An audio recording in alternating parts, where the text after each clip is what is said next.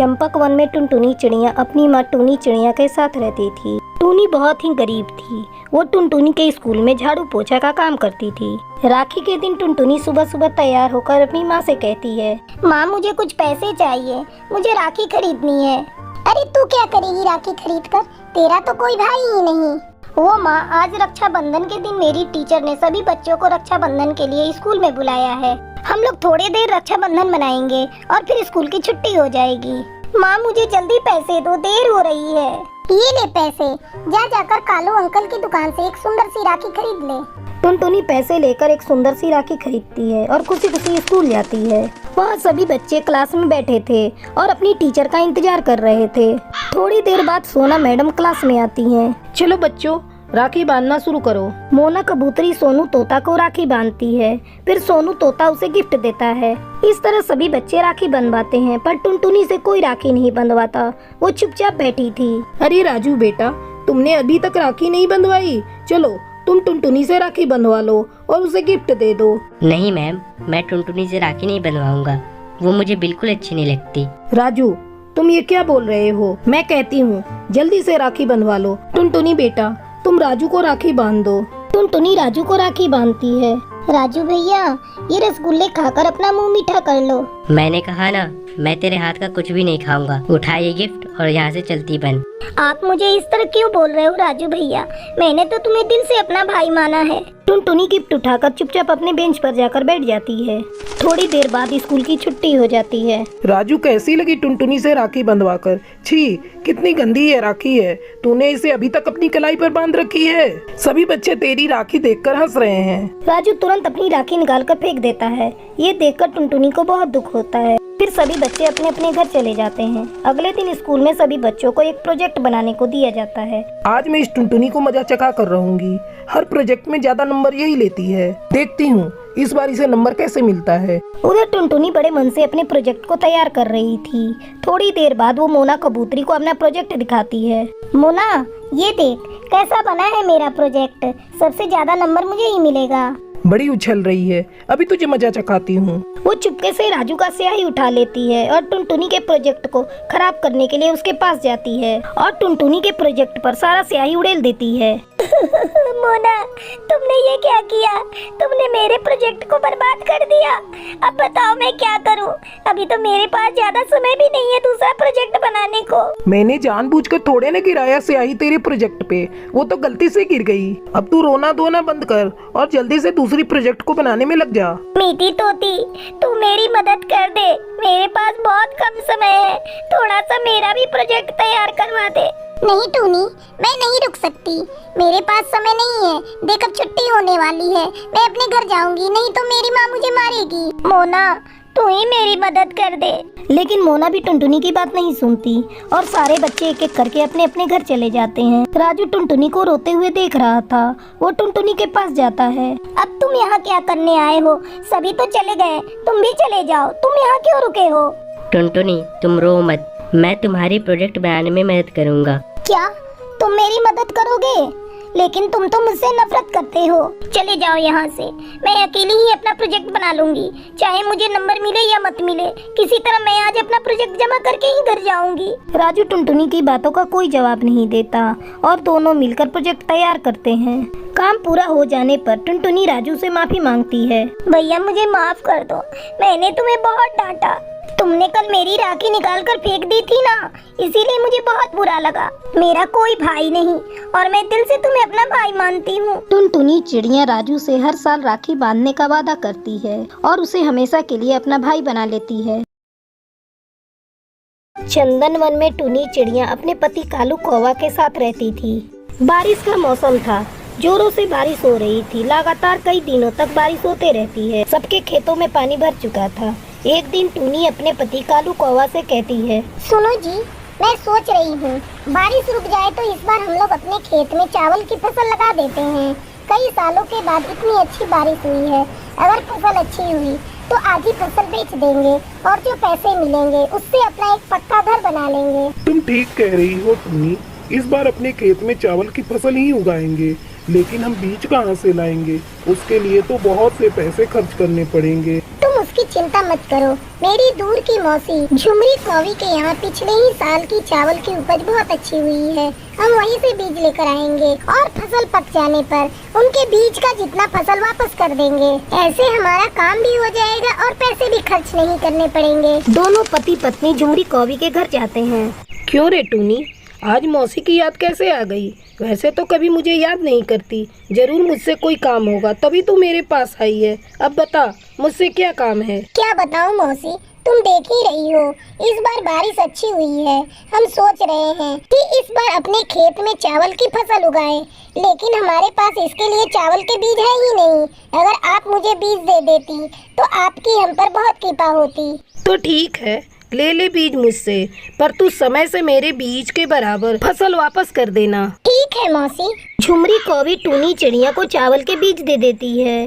कालू कौवा और टूनी बीज लेकर वापस घर लौट आते हैं। फिर अगले दिन टूनी चिड़िया अपनी बेटी टुनटुनी के साथ खेत में बीज को बिखेर देती है। इस तरह कई दिन गुजर जाते हैं। एक दिन टूनी चिड़िया कालू कौवा को खेत पे भेजती है। कई दिन हो गए खेत में बीज डाले, जाओ एक बार जाकर देख लो, कहीं बीज सूख तो नहीं रहे हैं। अगर बीज सूख रहे होंगे तो सिंचाई कर देना।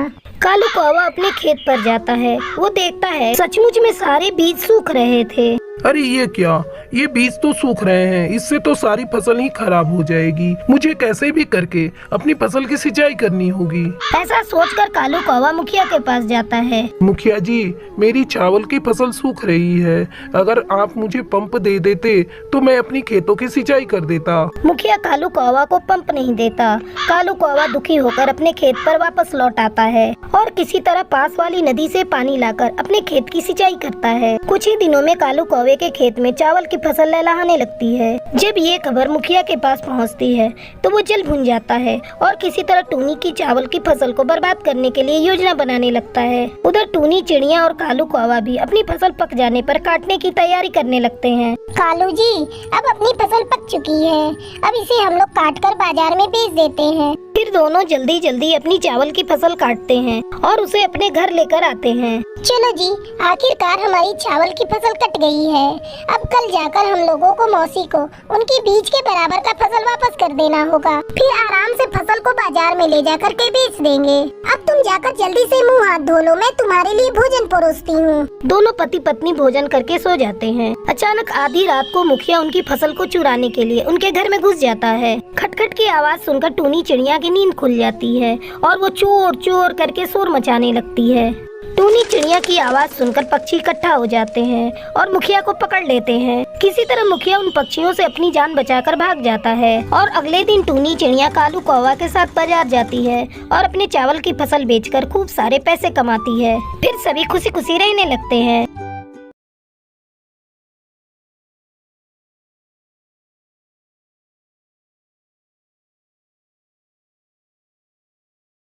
रामनगर के जंगल में जमुना कौवी अपने पति बबलू कौवा के साथ रहती थी। उनकी एक बेटी थी जिसका नाम टूनी था। वो सरकारी स्कूल में पढ़ती थी। एक दिन जब टूनी अपने स्कूल से लौटी तो अपने कमरे में जाकर रोने लगी। अरे टूनी बेटी, तू कमरे में क्या कर रही है? मैंने तेरा भोजन लगा दिया है, ठंडा हो रहा है, तू जल्दी से आकर खा ले। ये टूनी भी ना पता नहीं कमरे में क्या कर रही है। बहुत देर हो गई, सो तो नहीं गई? चलकर देखना होगा। जमुना कौवी के बार बार बुलाने पर भी टूनी चिड़िया जब कमरे से बाहर नहीं आती, तब जमुना कौवी उसे देखने के लिए जाती है। कमरे में पहुंचकर जमुना कौवी देखती है कि टूनी चिड़िया रो रही है। क्या हो गया बेटा तुझे? तू इतना क्यों रो रही है? कहीं तुझे चोट वोट लगी है क्या? देख, तू नहीं बताएगी तो मैं कैसे जानूंगी कि तुझे क्या हुआ है? माँ, मैं कल से स्कूल नहीं जाऊंगी। स्कूल के सभी बच्चे मुझे चिढ़ाते हैं, वो मुझे काली काली कहते हैं। क्या मैं इतनी काली हूँ? मेरी सहेलियाँ भी मेरे पास नहीं बैठती। स्कूल में मेरा कोई दोस्त नहीं। मेरी टीचर भी मेरे काले रंग से नफरत करती है। बस इतनी सी बात जिसके लिए तू गंगा जमुना बहा रही है? अरे पगली, तू बहुत सुंदर है, बस तेरा रंग काला है, लेकिन तेरा ये सलोना सा मुखड़ा किसी का भी मन मोह लेता है। तू बेकार में अपनी सहेलियों की बातों पर ध्यान देती है। देखना, एक दिन यही तेरे आगे पीछे दौड़ेंगी। सच माँ, ऐसा हो सकता है? हाँ बेटा, क्यों नहीं। तू बस अपनी पढ़ाई पर ध्यान दे, एक दिन सब ठीक हो जाएगा। अपनी माँ के इस तरह समझाने पर टूनी चिड़िया रोना बंद कर देती है। इस तरह कुछ दिन बीत जाते हैं। एक दिन उसकी टीचर टुनटुनी मैडम क्लास में आती हैं और आते ही चिल्लाने लगती हैं। रानो तोती, तुम क्लास में पीछे क्यों बैठी हो? चलो आगे बैठो। लेकिन मैडम, टूनी चिड़िया मुझे आगे वाली सीट पर बैठने नहीं दे रही है। कहती है पहले वो आई है, इसलिए वो आगे बैठेगी। क्यों रे टूनी, तूने अपनी शक्ल देखी है आईने में? पूरी समय क्लास में मैं तेरी ये काली सूरत नहीं देख सकती। चलो अभी उठो यहाँ से और पीछे वाली सीट पर जाकर बैठो। मैडम, ये तो गलत है। आपने ही तो कहा था जो पहले आएगा वो पहले वाली सीट पर बैठेगा। हाँ कहा था, लेकिन तुझ जैसी काली कलूटी के लिए नहीं। और अब ज्यादा जुबान मत चलाओ, मैं तुम्हारी टीचर हूँ, तुम्हें मेरा आदेश मानना पड़ेगा। टूनी चिड़िया रोती हुई पीछे वाले सीट पर चली जाती है और रानो तोती आगे सीट पर बैठ जाती है। तो बच्चों, आज तुम्हारे लिए एक जरूरी सूचना है। हमारे स्कूल में उड़ने की प्रतियोगिता होने वाली है। जो पक्षी सबसे कम समय में इस जंगल का चक्कर लगाकर वापस लौटेगा, उसे 10,000 रुपये इनाम और एक ट्रॉफी दी जाएगी। इस प्रतियोगिता में जो पक्षी भाग लेना चाहते हैं वो मुझे अपना नाम लिखवा दें। कई पक्षी अपना नाम इस प्रतियोगिता के लिए लिखवाते हैं। मैडम, मैं भी इस प्रतियोगिता में भाग लूंगी, आप मेरा भी नाम लिख दीजिए। क्या कहा? तू भी इस प्रतियोगिता में भाग लेगी? तूने अपनी शक्ल देखी है, काली कलूटी? चुपचाप अपनी सीट पर बैठ जा। तभी प्रिंसिपल मैडम क्लास में आती हैं। टुनटुनी जी, आप ये टूनी चिड़िया को क्या कह रही हैं? वो काली कलूटी है तो क्या हुआ? इस प्रतियोगिता में सभी पक्षी भाग ले सकते हैं, चाहे वो काले हों या गोरे। टूनी बेटा, आपको उदास होने की जरूरत नहीं, आप भी इस प्रतियोगिता में भाग ले सकती हो। प्रिंसिपल मैडम की बात सुनकर टूनी चिड़िया खुश हो जाती है। अगले दिन प्रतियोगिता शुरू होती है। टूनी चिड़िया सबसे पहले जंगल का चक्कर पूरा करके लौट आती है। प्रिंसिपल मैडम उसे 10,000 रुपए और एक ट्रॉफी इनाम के रूप में देती हैं। इस इनाम को लेकर टूनी चिड़िया खुशी खुशी अपने घर आती है। उस दिन के बाद से टूनी चिड़िया से उसके स्कूल में कोई भी उसके रंग रूप को लेकर भेदभाव नहीं करता था। अब खुशी खुशी टूनी चिड़िया पढ़ाई करने लगती है।